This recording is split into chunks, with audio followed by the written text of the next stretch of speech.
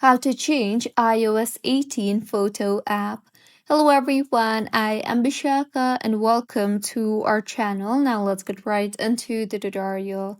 Firstly, go ahead and open the Photos app on your iPhone and now scroll down to the bottom and you will see the option for Customize and Reorder. Tap on the Customize and Reorder option and now go ahead and select or deselect the pictures and the radio button that you do not want to see in your photo app.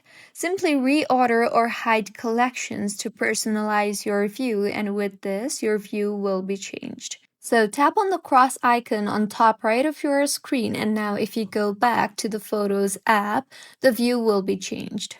So this is how you can change iOS 18 photo app. If you find this tutorial helpful, please like the video and do comment if you have any queries. Also, do subscribe to our channel for more helpful tutorials like this. See you on the next one.